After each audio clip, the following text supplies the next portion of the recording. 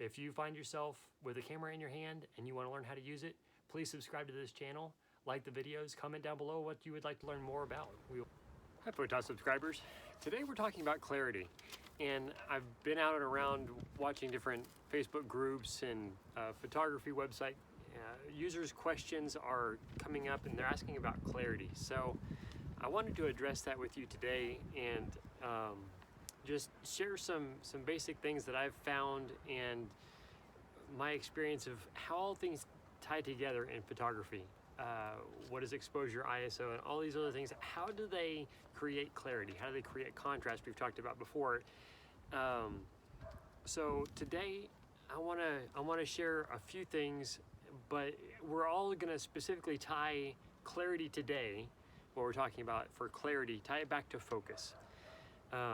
But in generalities, clarity is, let's call it a real world expression of your photograph being technically executed well. Does that make sense? So you're going to get a clear or a photograph that shows clarity if it's technically executed or performed. Everything that you do with technical detail in your photograph to produce it is done well. So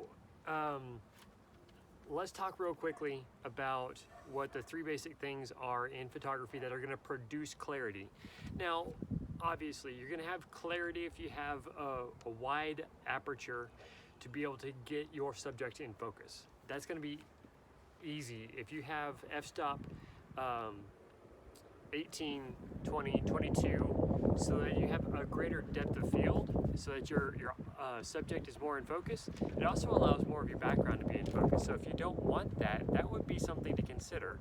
That as you open up aperture, it also opens up the blurring of your background foreground as well, and it'll leave you a very narrow depth of field. So that's going to play some into clarity, but that really isn't one of the big keys to clarity. There are three things to clarity. Number one, that is focus, and that's why we're talking about focus today. Number two is your ISO or ISO setting. The greater contrast you can have in your photograph is going to help your clarity, because the part of your photograph that is properly focused, properly exposed, is going to be brighter than your shaded or shadowed areas, the darker aspects of your photograph. So the greater contrast you can have between your deep shadow and your properly exposed area is going to be what draws the attention to the properly exposed area. That's going to be what creates clarity, is it's clearly defining where you should look. Now, the shutter speed is going to be something in which it allows the exposed area to be exposed in time enough to avoid shake or motion blur, those sort of things. But when I talk about shutter speed and ISO or other aspects of creating exposure with photographers, it's often confusing because, well, in their mind, they think, well, I'll just leave my shutter open longer and it'll be exposed. Or I'll turn my aperture from 18 down to 7 or 7.1 and I'll have a better exposed photograph. Yes, you will, technically. But, and that would be technically as far as a point of argument. But I want to encourage this thought process. The sensitivity of your sensor is what creates the darker areas of your photograph to be a better quality. Let's say it caused them to be a better quality. Instead of, they won't be, sometimes you can just see in shadows or well exposed areas that sometimes it's just, it looks like there's other colors. It looks grainy, pixelated, and you'll see that term grain or grainy a lot as people talk. But the important part of the the ISO is it creates if you have ISO at 100 or 125, it will give you a better quality to your shadow. It'll give you a better quality to the exposure because you're not having to expose it as fast. As long as you have enough light in your scene, which is why you have a shutter speed that's moderate enough to stop motion blur and your camera shake, but also give you the exposure that you need for your image. So that is key, but it's using shutter speed and ISO together to fit properly. Does that make sense?